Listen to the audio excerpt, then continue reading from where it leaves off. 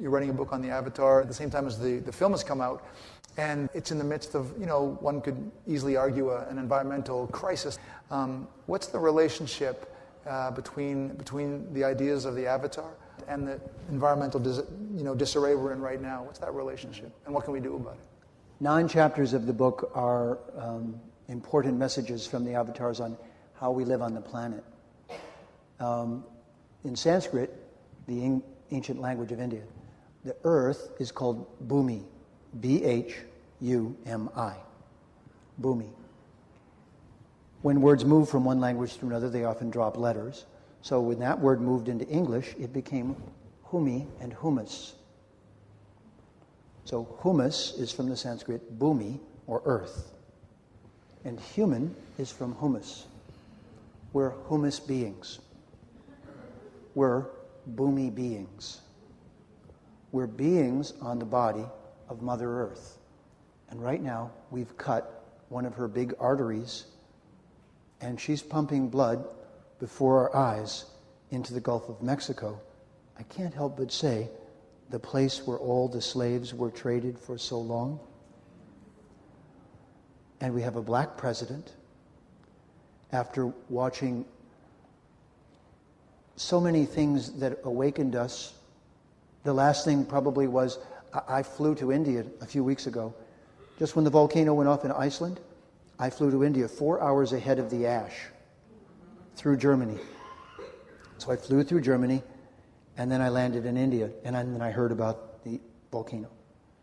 When I heard about it, I thought, wait a minute, this is Iceland, and they just lost all their money, their assets were liquidated, so to speak, and they're now totally in debt to Europe, and they got angry, and because of that, the volcano's gone off.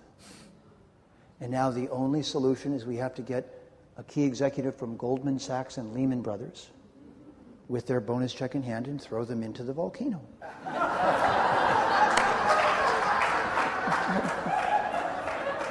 Jeffrey, what did Cynthia tell you about being nice?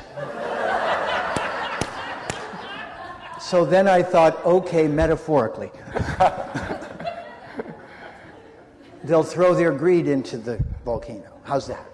That's bad. Because that's what I really want, too. I don't really even want anyone to be thrown in the volcano. However, if they tripped and fell. So what I can say to you is this, that instead of apocalypse, in ancient times, what they thought was that life goes on, but we become seriously inconvenienced by our greedy and inappropriate actions. And when this happens, and there's national television, I can't help but think that the TV camera was actually invented so we all get to watch very carefully at what's going on, think deeply about it, and do something different. So this book coming out at this time, it means a lot to me. I'd like to think that millions of copies of it will reach the world and will inspire people that they can actually do something about what's going on in the world through their intelligent voices and through their balanced behavior by those 5 things. By felicitating everyone around them and seeing them as beautiful and divine, and always talking about that and bringing it out and honoring them. By then learning how to cooperate with each other and finding ways to cooperate, finding ways to make sure that everyone is okay. And then for each person to learn to meditate so that they know how to be self-servicing and take care of themselves. Not self-serving, self-servicing. So each day they go in and do their maintenance. And then to regenerate the earth in all of the places where it needs it, and to find a place where you can do it. I have a friend who's a beekeeper, and I was just thinking about her. I saw a picture on her Facebook of her taking care of bees, and then it touched my heart. I went, oh, I know, these bees are the source of our life. And here's this beautiful lady who's just thinking, I've got to do something, so I think I'll take care of the bees. I was so touched. I thought, wow, you're taking care of the bees. I see you. It took me a while. I'm so busy to see what she was doing.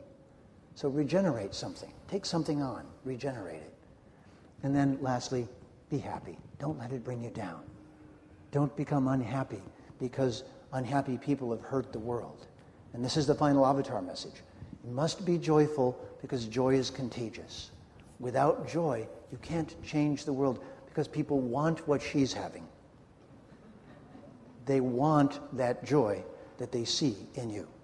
And unless they want that, that's the missing ingredient in causing everyone to become inspired to change. So thanks, Pete.